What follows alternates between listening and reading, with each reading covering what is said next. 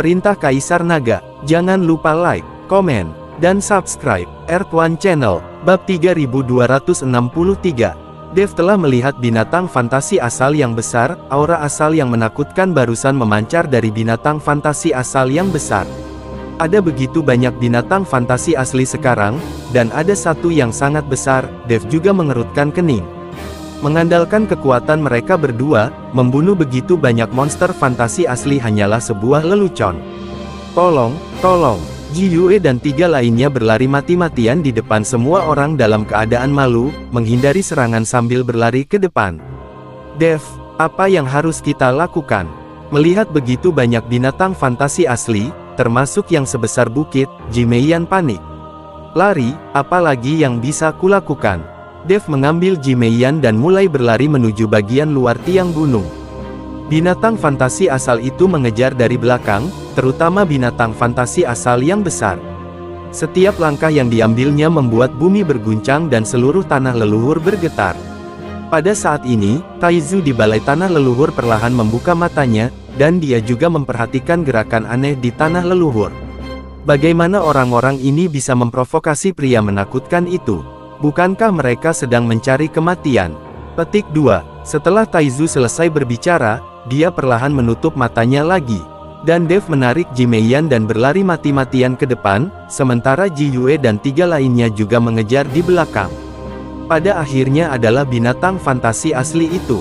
Apa yang terjadi? Apa ini? Petik 2. Ji Meiling berada di puncak bukit, mengikuti Ji Yun untuk mencari beberapa senjata ajaib. Tiba-tiba dia merasakan tanah leluhur berguncang, dan dia tidak bisa menahan untuk tidak melihat ke arah guncangan tersebut. Adik kedua, apa yang terjadi? Apakah ada monster-monster besar di tanah leluhur ini? Sepertinya aku mendengar auman monster-monster itu. Ji Yun bertanya pada Ji Meiling. Aku juga tidak tahu. Kalaupun ada, mereka adalah monster fantasi asal. Seharusnya tidak ada pergerakan sebesar itu. Ayo pergi dan lihat. Ji Meiling membawa Ji Yun menuju tiang gunung.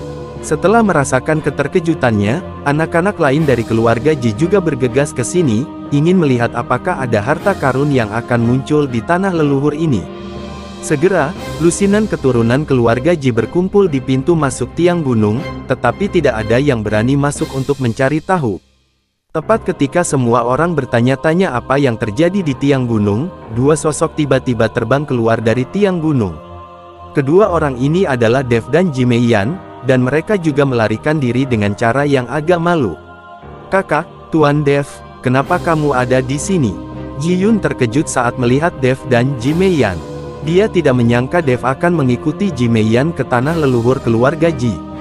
Ji Meiling pun kaget dan berkata, Kak, ternyata kamu sudah lama memasuki tanah leluhur. Kakak memintaku untuk mencarimu sejak lama. Berhenti membicarakannya sekarang. Keluar dari sini cepat. Itu terlalu berbahaya. Ji Meiyan menariknya. Ji Meiling berjalan menjauh, dan Dev juga memanggil Ji Yun untuk meninggalkan pintu masuk hall. Jika monster fantasi asli itu keluar, siapa yang bisa menolaknya? Getarannya menjadi semakin kuat, lalu Ji Yue dan mereka bertiga bergegas keluar dari tiang gunung. Namun, ketika mereka bergegas keluar, binatang hantu asli meraung di belakang mereka, tetapi tidak ada satupun binatang hantu asli yang meninggalkan hall. Bahkan binatang fantasi asal terbesar pun hanya meraung dan tidak berani melangkah keluar dari tiang gunung. Dev tiba-tiba menjadi sedikit aneh saat melihat adegan ini. Mengapa monster fantasi asal ini tidak meninggalkan hall? Dev bertanya. Ji Meiyan menggelengkan kepalanya, aku juga tidak tahu. Aku hanya tahu bahwa binatang fantasi asal itu semuanya ada di tiang gunung ini, dan mereka tidak ada di tempat lain. Dev melihat-lihat. Selain tiang gunung, ada juga sumber aura di tempat lain. Mengapa sumber aura di tempat lain tidak bisa mengembun menjadi binatang fantasi sumber, tetapi hanya yang ada di tiang gunung ini yang bisa? Bab 3264. Dev menebak pasti ada sesuatu yang istimewa di tiang gunung ini, jika tidak maka tidak akan seperti ini. Terlebih lagi, binatang hantu asli ini tidak dapat meninggalkan tiang gunung. Ada sesuatu di tiang gunung ini yang dapat mengubah nafas asli menjadi binatang hantu. Jika binatang hantu ini meninggalkan tiang gunung, mereka seharusnya tidak dapat mengambil bentuk lagi dan hanya bisa menjadi manusia suasana asli grup. Namun, ini hanyalah spekulasi Dev dan belum dapat dikonfirmasi. Melihat tidak ada bahaya, Dev dan yang lainnya kembali ke pintu masuk call. Semua orang di keluarga Ji memandangi binatang hantu asal yang mirip bukit dengan ketakutan di wajah mereka. Untungnya, binatang hantu asal ini tidak dapat meninggalkan tiang gunung, jika tidak, orang-orang ini akan menderita. Sial, untung aku berlari kencang, kalau tidak aku akan binasa di sini. Tanah leluhur rusak macam apa yang membuat keluarga Jimu memiliki asal-usul yang begitu besar? Binatang hantu, Qin. Jingyu menyeka keringat dingin di dahinya dan mengeluh kepada Ji Yue dan Ji Meizhen. Ji Yue dan Ji Meizhen melirik Qin Jingyu dan tidak berkata apa-apa, tapi mereka sudah memarahi orang ini beberapa kali di dalam hati.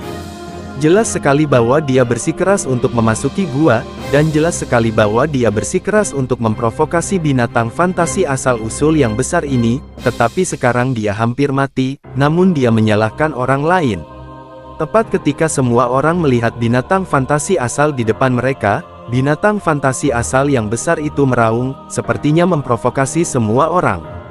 Jika binatang fantasi asal sebesar itu dapat dibunuh, ia pasti memiliki banyak aura asal. Dev memandang binatang fantasi asal besar itu dan merasa sedikit bersemangat di dalam hatinya.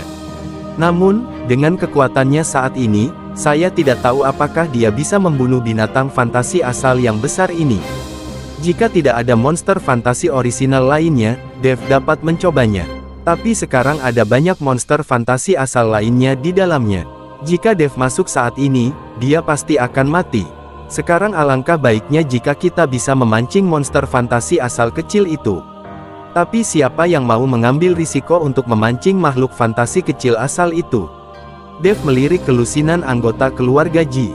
Orang-orang ini pasti tidak akan membantu. Lagi pula, mereka belum membuka ruang asal. Masuk untuk memancing binatang fantasi asal tidak akan menghasilkan apa-apa, dan mungkin ada bahaya. Tapi dengan Ji Meiyan, Ji Meiling, dan Ji Yun, Dev sedikit khawatir untuk mengusir monster fantasi asal kecil itu. Akhirnya, Dev mengarahkan pandangannya pada Ji Yue dan yang lainnya. Karena mereka juga memasuki tiang gunung untuk membunuh binatang fantasi asal, seseorang pasti telah membuka ruang asal, atau bahkan menyadari asal-usulnya. Jadi Dev ingin mencari ketiga orang ini untuk bekerja sama, tetapi Dev mematahkan lengan Qin Jingyun. Dia tidak tahu apakah orang dari Istana Juman ini akan bekerja sama dengannya. Namun, dia melihat cara Qin Jingyu memandang binatang fantasi asal dan menebak bahwa orang ini juga ingin membunuh binatang fantasi asal yang besar. Dev memberitahu Ji Meiyan dan yang lainnya tentang idenya, tetapi mendapat tentangan. Jika kita bekerja sama, kita mungkin tidak bisa membunuh binatang fantasi asli, dan kita semua akan menderita karena tangan beracun mereka. Ji Meiyan segera keberatan. Bekerja sama dengan mereka sama saja dengan bunuh diri. Ji Meiling juga keberatan. Bagaimanapun, mereka berselisih satu sama lain. Bagaimana mungkin mereka bisa bekerja sama sekarang? Namun, Ji Yun merenung sejenak dan berkata, sebenarnya, bukan tidak mungkin untuk bekerja sama dengan mereka. Hanya dengan cara ini kita bisa berharap untuk membunuh binatang fantasi asli. Saya bisa membicarakan masalah ini. Lagi pula, saya punya tidak ada hubungannya dengan mereka, dan mereka masih ingin memenangkan hati saya, mungkin kita bisa bekerja sama. Dev mendengar bahwa Ji Yue dan Ji Meizhen sebenarnya ingin memenangkan hati Ji Yun, jadi mungkin ada harapan untuk kerja sama ini, jadi dia berkata, Ji Yun, pergilah dan bicaralah, jika kamu bisa bekerja sama dan biarkan mereka mengatur kondisinya. Bab 32.465. Baik, Ji Yun mengangguk, lalu berjalan menuju Ji Yue dan Ji Meizhen. Kakak kedua, kakak ketiga. Ji Yun berjalan mendekat dan berteriak. Ketika Ji Yue melihat Ji Yun datang mencarinya, dia langsung berkata dengan gembira, saudara keenam, ada apa? Petik 2. Saudara kedua, saya melihat bahwa Anda juga telah memasuki tiang gunung ini. Apakah Anda juga membuka ruang aslinya atau menyadari sumber aslinya? Ji Yun bertanya. Tidak, kami hanya mengikuti Tuan Qin masuk. Dia membuka ruang asal, jadi kami berharap dengan membunuh binatang fantasi asal, kami dapat dengan cepat memahami asal-usulnya. Kata Ji Yue jujur.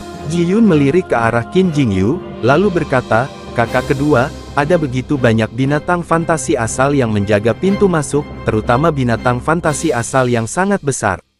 Kami khawatir kami tidak akan bisa masuk sama sekali. Saya pikir kita tidak bisa masuk. Mengapa kita tidak berkumpul, bekerja sama, dan menemukan cara untuk membunuh binatang fantasi asal yang sangat besar itu? Petik 2. Selama kita membunuh binatang fantasi asal yang sangat besar itu, saya pikir kita akan melakukannya, dapat memahami asal-usulnya. Petik 2. Bagaimana cara bekerja sama? Ji Yue tertegun. Mari kita bergabung, masuk dan menarik binatang fantasi asal kecil itu, dan kemudian minta Tuan Dev untuk maju dan membunuh binatang fantasi asal besar itu. Sejujurnya, Tuan Dev sudah memahami beberapa asal-usul, meskipun dia hanya berada di alam fusion tingkat ke-8, kekuatan ledakannya tidak sebanding dengan para biksu alam kesengsaraan. Saya pikir tidak akan ada masalah baginya untuk membunuh binatang fantasi asal besar itu. Ji Yun berkata kepada Ji Yun Yue. Ketika Ji Yue mendengar ini, dia melihat ke arah Qin Jingyu. Bagaimanapun, dia tidak bisa membuat keputusan. Qin Jingyu yang membuat keputusan terakhir di sini.